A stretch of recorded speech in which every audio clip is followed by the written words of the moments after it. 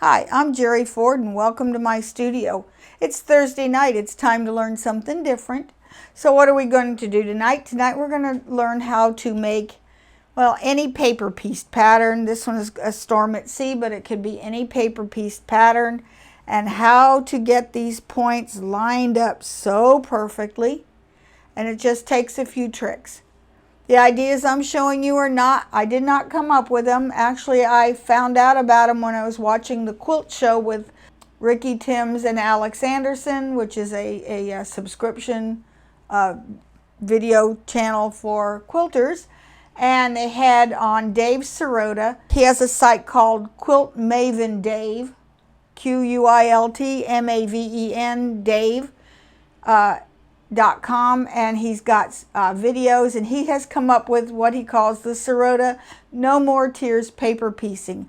And he also shows you how to put these points together so that they are absolutely perfect the first time you ever try it, and it has some unusual things to do that with. Paper piecing's always been my favorite. However, it's messy because you use up a lot of paper. And also it takes time. You have to tear away all that paper, and it makes quite a mess, although it is something fun to do in front of the TV. Also, this is much easier to rip out if you have to. And so let's get started here. You're going to need a few things. Of course, you need a pattern, and here's a paper pattern, and I traced it over to vellum. I like using vellum paper for this method. You'll need to have Elmer's washable school glue stick. It helps to have a ruler that has 1/4 inch in order to trim things up. It also is helpful to have an 1/4 ruler. And also I have just a straight edge, and this is just an acrylic, has nothing to do with the pattern, but I like having something nice and thin for folding. You might need a highlighter. I said dental floss. You're going to need sewing needles with a large eye. You want fairly large eye in order to thread the dental floss. And you think, oh my God, dental floss. Helps to have mint. It makes your quilt minty fresh. Of course, a small rotary cutting mat and a nice sharp blade, and of course some nice scissors. Okay, so let's get started. First, we're going to talk about how to do this paper piecing, this no more tears, or actually he says no more tears, I say no more tears, paper piecing. Okay, this is a way that I've learned to do paper piecing that doesn't require you to print out dozens and dozens of sheets. That this is a Storm at Sea. It only has 3 pieces. However, I'm going to do, for each block, I do 1 of this one, 4 of this one, and 4 of this one. So I've traced out my pattern, and I'm using vellum paper that I got at Staples, and it's a nice, easy product to use. So you can print right on it. However, I was getting mine from a book, so I've decided to go ahead and just trace it out. Besides, the line is thinner. This is actually what the piece looked like, and I wasn't too pleased with that.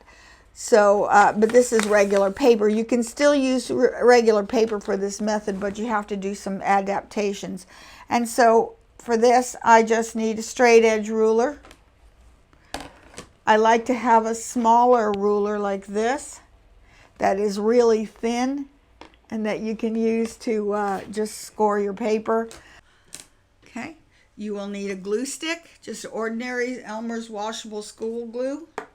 It doesn't harm your fabric. It completely washes out. If you're using regular paper, then you're going to need some cellophane tape, but you want the non-shiny kind like the Scotch brand. And of course a highlighter. That just makes it easy to see it. So the first thing we want to do is I want to go ahead and cut my accurate 1/4 inch. So I'm going to put my, here I'm going to put the line, the 1/4 inch line, right here. And I'm just going to lop off all of my seam allowances on the outside.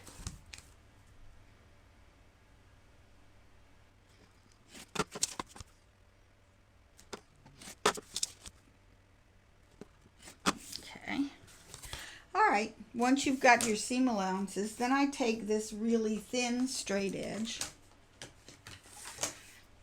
and I'm just going to put it right up against one of the folded lines because we're going to pre-fold all these lines. So I hold this down and just give it a little score, turn it over, and I want to find, you can see the lines from the back side, so I'm going to pinch it, and there we go, and then do the same thing for all the lines. Usually what I do is I will score, and then pinch them, but I want them to be able to fold nice and flat.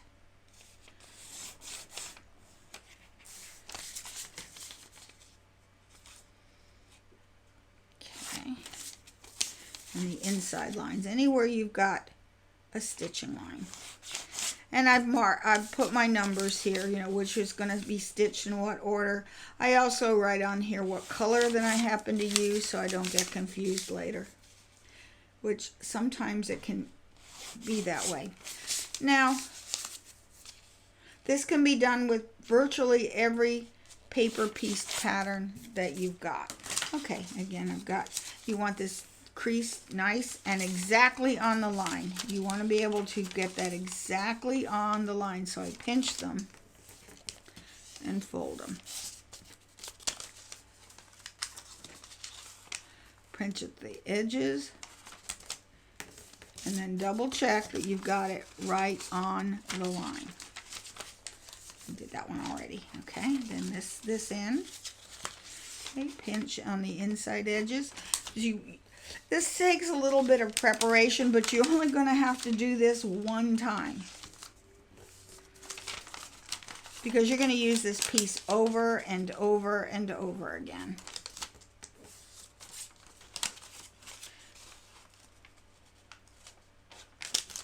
Okay.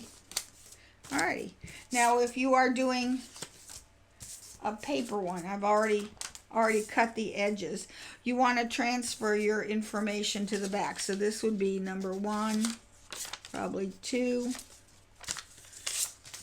3, 2, 3, 4, and 5. Okay, and I'm going to also score this the same way that I did before. You want to fold it to the wrong side first, just to make the crease. Then turn it back over to this side. Okay, now there, same thing here. I can't see it from the back. This I cannot see from the back, so that's why I'm going to crease it down first, then up in the exact same spot, and then also double check it.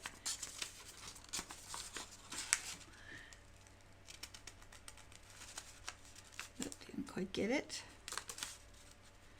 There. Turn it over. And is that right? Yes, it is. Okay, I've transferred my marks to the back. The other thing you're going to want to do with a paper one is I put the marks exactly on the back, and wherever I have a mark, I'm going to put a piece of the tape.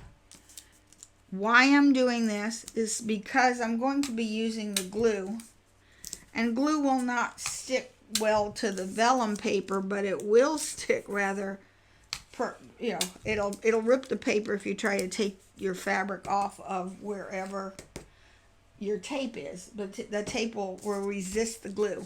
Okay, now we're ready to make our piece.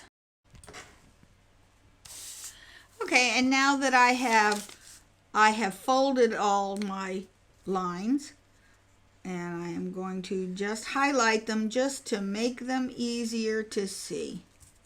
So you don't have to do this, but it does help you to see where the lines are. And the numbers are the order that they're sewn in. Okay. You can also see this on the back. Okay. I will do that for all the pieces. I don't need to do the outer lines, that's fine. So the first piece is number 1, and it goes in the center. So your very first piece is going to go right sides towards the table. Okay. You can now see through this. So I'm going to just put a little tape on it, just to, too much. Don't go crazy with the tape. And this is really soft. Okay. Alrighty, and then usually I will just like fold this up like this and just get it in the middle. Okay. With the vellum paper, I can see that everything is going to fit. All my folded lines are covered. If it's not straight and you're trying to fussy cut it, this allows you to do so. There, that's good. Okay. Then the next thing I need to do is, okay, here's my number 1. This one is number 2 and it's a dark, so I would fold this over. Okay. It also sometimes helps to have one of these add-a-quarter rulers, because this helps you to trim it up. So you take your add-a-quarter ruler and see it's got this ridge, so I put that right up against the paper and I trim it. Okay. And just trim it away. All right, now you're going to take your next piece. So I know this one is right sides down. This one is going to be right sides up. So I'm just, and if you're not sure if it's going to fit, you can just lay it on top, and yes, you've got 1/4 inch and you're covering all the lines, you're good to go. Okay, so I am going to match this up here. And you're going to see if it's going to fit or not. Okay. I'm going to clip it for the moment. Mostly because I've got to set up the machine. And I'm just going to pin this here for now. I'm just going to clip it now for now. I'm going to take those clips off. It's just to transport that across the table. Okay? And next we'll go to the machine and sew this. I'm going to use about a 2 stitch length. And then I'm going to sew right along the edge of the paper. So now I know this is where I'm going to be sewing from here to here, but I'm going to sew a little bit further in front of it. But I'm going to sew right along the edge of this paper. You don't want to catch the paper, you just want to catch the edge of it. And it's good to have a good pair of glasses on so you can see this. Just right at the edge. This way you don't have to remove the paper.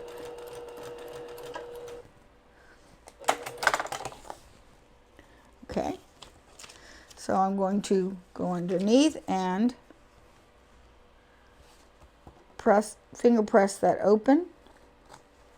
Or you could use one of those wooden roller presses. That works really nice. Just smooth it back.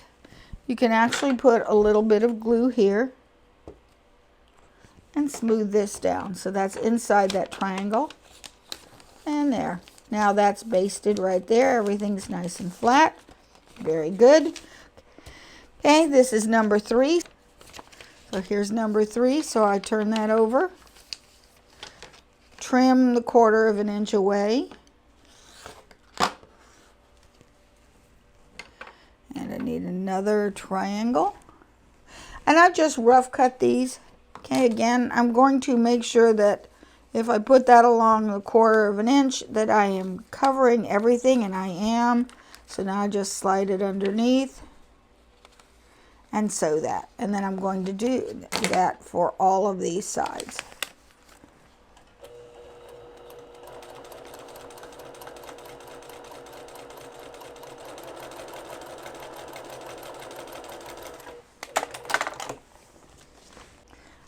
Okay, and if you didn't get it quite straight, it's okay. You just take your scissors and trim it.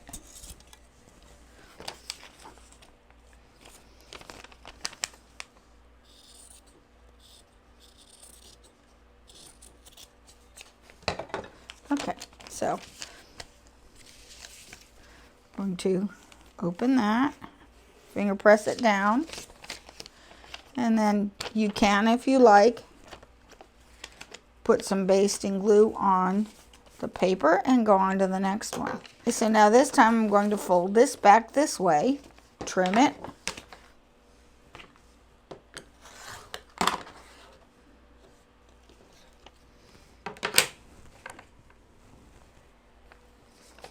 Again, that covers all of it, so that's good.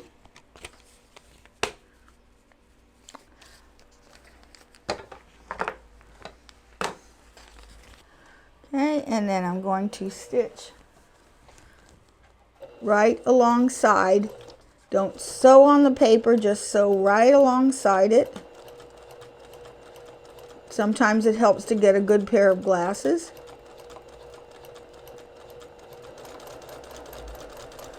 Okay. All right. I didn't sew through the paper. But if you do, it's no big deal. Just turn it on the back and unstitch it and then do it again. Don't tear the paper. Although if you do, you can always tape it back together. So again, I'm going to turn this over and finger press this down right here. Turn it over, flatten it out. Take a little bit of the glue stick. Now, if you need to secure this down, you can. Take a little of the glue stick and make sure that's flat, and then now it's basted to the fabric. So I'm ready to do, I've gone all the way around, and look how that's not real neat, but that's okay. We're going to do the next round. Okay, so here is number 6, which is the next one. Right here's number 6. Fold it over. Okay, trim it.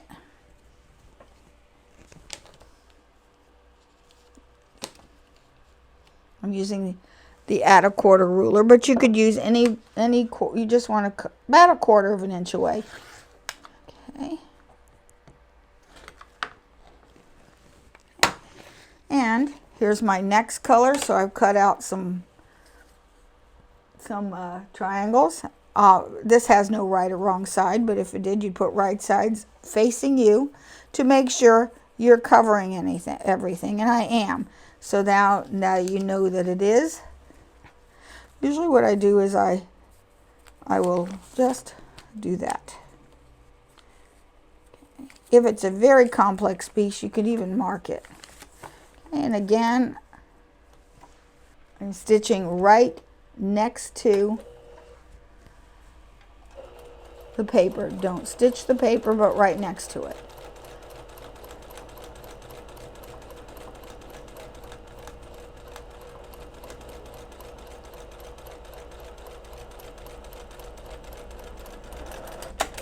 If it's a little bit uneven, that's no big deal, because once it's sewn, you can just trim anything that overhangs, because sometimes that second piece of fabric isn't all that straight. Okay, I'll turn it over and straighten it out, finger press it. And see, I have such perfectly wonderful points. Look at that beautiful point right there. Okay. Alrighty, and then I'm going to take my glue and smash it down. Okay, I'm going to go ahead and do the other 3 sides, and I will be right back. Okay, this is done. It is ready to trim and then using the block. So what I would do is take a ruler,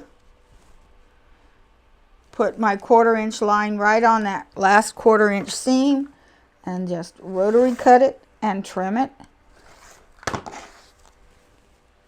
Helps to have a turning mat, makes life a lot easier.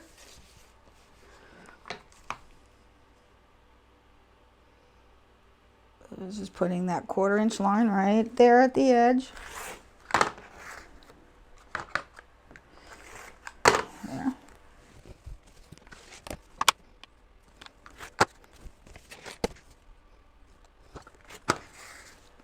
Okay, it's all trimmed up, square and pretty, and so all you do is just simply remove the paper, and it comes off really easily. Of course, I used a little more glue than I should have, but see, that comes off perfectly, and this is ready to use again. Now, It's no big deal. See how I made a hole in one? And it happens. So that's where you just take some tape and mend it. I might put tape on both sides. There, it's ready to use again. See? There, we're ready to go. Say you have a block that's got diamonds and odd shapes. This technique works really well also. So again, I do the same thing. Here's my piece number 1.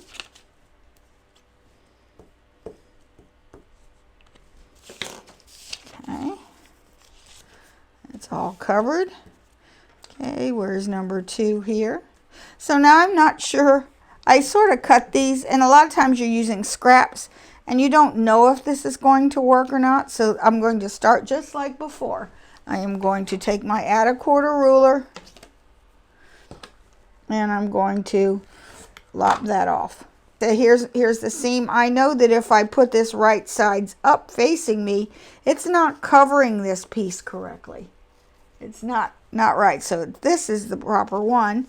So if I put this over top, notice that it is covered everything by 1/4 of an inch. So I'm just going to fold this up and stitch just like I did before. And that way now you've got this odd shape. Okay, and I'll be back after I sew. And you do the same thing just like I did before. But the thing is knowing that you have this odd shape. Okay, I know this is my seam right here. So that would go here. But notice, see, that doesn't line up at all. Here it's at the wrong angle. So you know that when you see this, you know that piece is too small. You need to either cut a bigger scrap or just cut one in the different. See, this is, yep, this is the right way. So this would go this way and you'd sew it. Okay, I'll be back when I finish sewing all 4 of these. Then we will talk about how to put these together with that wonderful magic trick. Okay, I have already finished this, and so now trimmed it up. Easy to remove the paper, and now I can use this again. So I have all of my pieces here already cut. So now we're ready to put them together. And now comes the interesting part. So now we want these points to match up so beautifully here and here. So this is where you need 2 needles, and it's best to pick a needle that's got a pretty elongated eye, and you need some dental floss, about maybe 8 or 10 inches of it. You can get this at the dollar store for next to nothing. And I'm going to thread both of these needles onto the dental floss. And if you use the mint dental floss, then your quilt is minty fresh. Okay, I'm going to add, we're going to sew those 2 edges together. So I'm going to start by taking my needle and going right into this point, right exactly into the point. Hold the needle straight up and down like that. Push the block onto it. Okay, and pull that through. Okay, take the other needle. Do the same thing with the other piece, because you know this one's going to go to here. So I'm going to put that right in the corner or anywhere else that it needs to match. Needle straight up and down, push the block up into the needle and pull it through.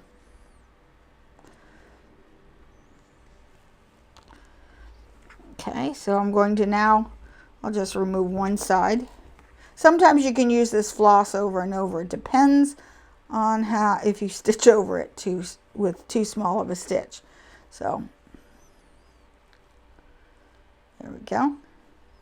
I'm just going to take the needle out for now. You don't have to remove the needles, because if you get lucky and can use them again, it's good. So you're going to take these two, take the 2 ends of the dental floss and hold here and pull. So this is how they're going to absolutely line up. Then we are going to go to the machine. You don't have to pin it unless you want to, but I usually don't. Match up the 2 ends here. I'm going to put that at my 1/4 inch. And I'm going to take the 2 ends and I'm going to pull. I want to pull these. I'm going to let it stitch a few stitches. Here, 1/4 inch away. I want my stitch length to be about 2. Go much smaller, you're definitely going to catch your dental floss. And you really don't want to do that. So grab both ends in your right hand and pull. And I'm just following the 1/4 inch until I get about 1 inch away from that point.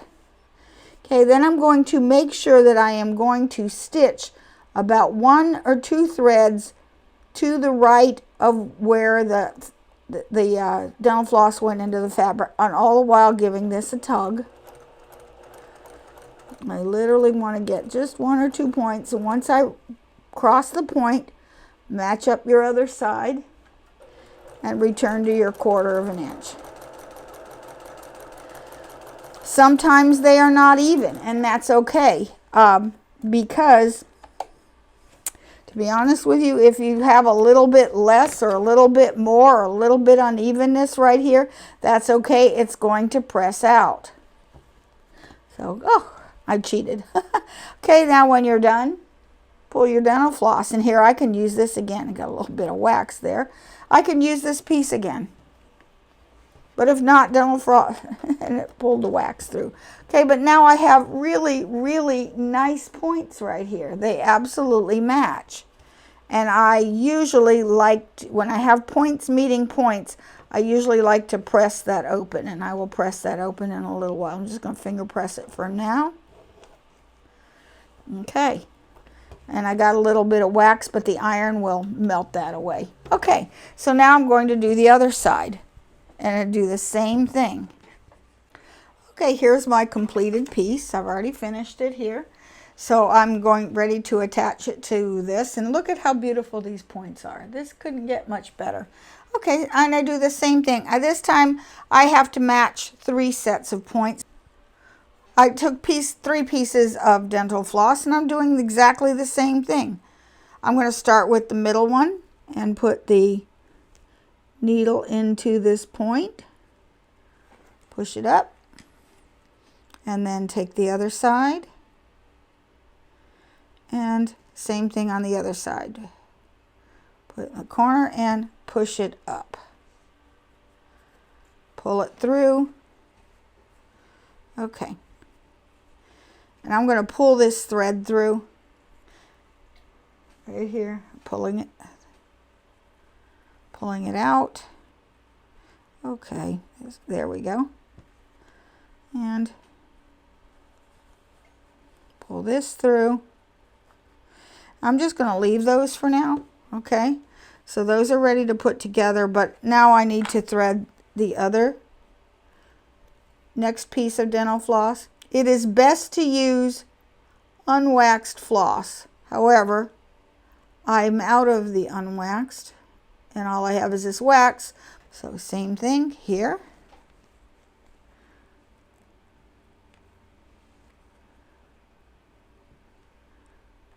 And here, pull it up, pull it through, pull it through. Okay, and the last piece of dental floss, I'm doing 1 for every point.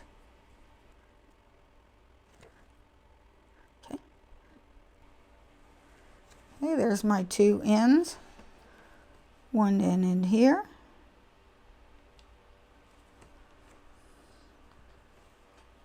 One end in here on this point.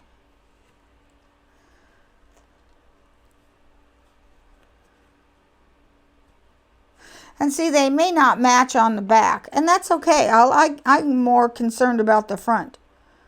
Once it's quilted, you'll never know the back. Okay, remove the needles. Then I will put it together. Now, first thing I'm going to match up is the seams. And so I am matching up the seams at 1/4 inch. That I will usually pin. Same thing here. match up that seam. Okay. And again, I do the same thing we did at the sewing machine. Grab these two ends of the dental floss, pull it. I'm only worried about one set of points at a time. So I have this pulled, hold on to it tightly, match up your ends. Okay, at 1/4 of an inch. Once you get about an inch away, 1 inch to 2 inches away, give them both a pull. Okay. Then I usually put my thumbnail right on the seam, and I'm going to sew literally 1 or 2 threads over the dental floss. Okay, and then I go return to my 1/4 of an inch. Okay. Go to the next point, same thing, pull your pieces together. Okay, anchor it. So now follow the 1/4 of an inch until about an inch away.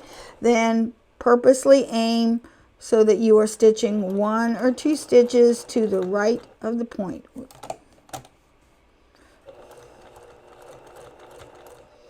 It's okay if it catches it.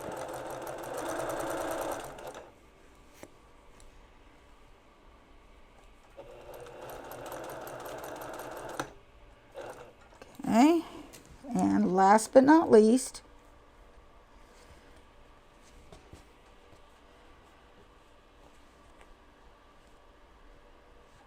okay, give that a good tug, anchor it with your thumbnail, and aim for just over stitching like a stitch or two, and to the end, and done.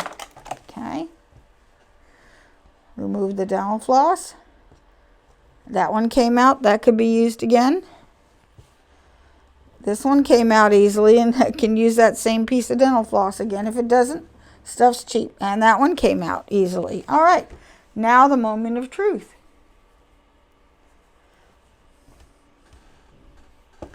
Just beautiful. Absolutely perfectly matched. Looks really, really good. And I will press it open. And I will do the same thing on the other side. Okay, I'll be right back. Well, that's all I have for you guys. Thank you so much for watching. I hope you enjoyed this technique. If you have any questions or comments, send me an email at waltzquilt@yahoo.com, and I'd be happy to help as much as I can. I hope you'll try your hand at some paper piecing, and don't be afraid of joining points, because the result is spectacular. Until next time, see you later. Bye.